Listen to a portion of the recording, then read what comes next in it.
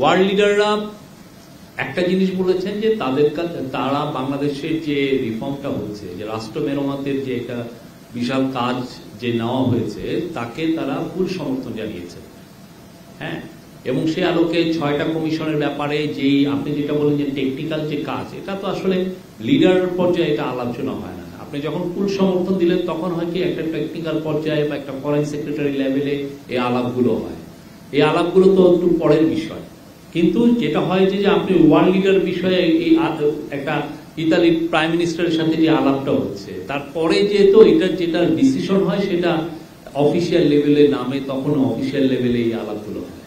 আর 6টা কমিশনের যেটা বললেন, হ্যাঁ কালকে থেকে এটা শুরু করার কথা, কিন্তু যেটা হয়েছে যে একটা ডিসিশন এসছে যে তার আগে এই বাংলাদেশের যে পলিটিক্যাল পার্টিগুলোর সাথে আমাদের উপদেষ্টা পরিষদ আর এক দফা আলোচনা করতে চাচ্ছেন। আলোচনা করে ওনারা এই এটা চূড়ান্ত করবেন।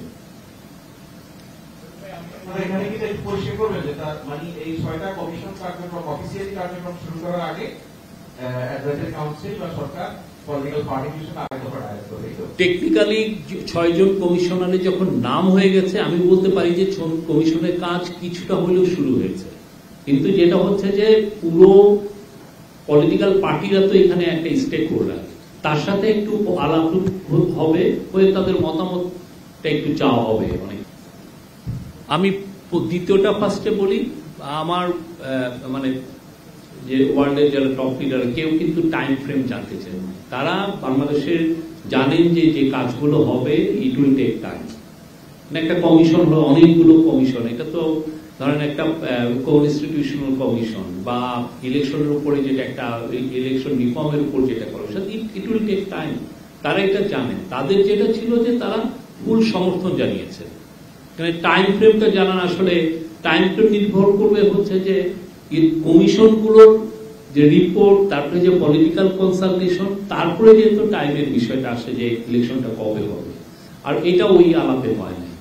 আর আপনার প্রথম কোশ্চেনটা ছিল হচ্ছে সেনাপ্রধান যেটা বলেছেন, আমার মনে হয় যে আপনারা রয়টার রিপোর্টটা একটু ভালো মতো দেখে, রয়টারের রিপোর্টটা ইংরেজিতে কে কে পড়েছেন? ইংরেজি রিপোর্টে রয়টারের কিন্তু পুরো কোট আনকোটের মধ্যে কিছু নাই, প্যারাফ্রেজ করে ওরা একটা দিয়েছে, এবং ওই ইয়েটা যদি আপনি দেখেন ওদের 6 প্যারা এটা আছে, 6 প্যারা ওদের রিপোর্টটায়, ওইখানে হচ্ছে ফলোইং দ্য রিফর্মস, তারপরে ওরা বলছে যে 18 মাস। হ্যাঁ, এখানে একটা ক্যাভিয়েট আছে।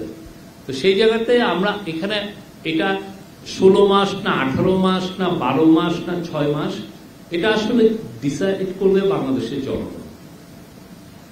ঠিক আছে, যে বাংলাদেশের জনগণ এবং যে কমিশনগুলো করা হলো, এটা খুবই তো একটা বড় রাষ্ট্র মেরামতের একটা কাজ। এই কমিশনের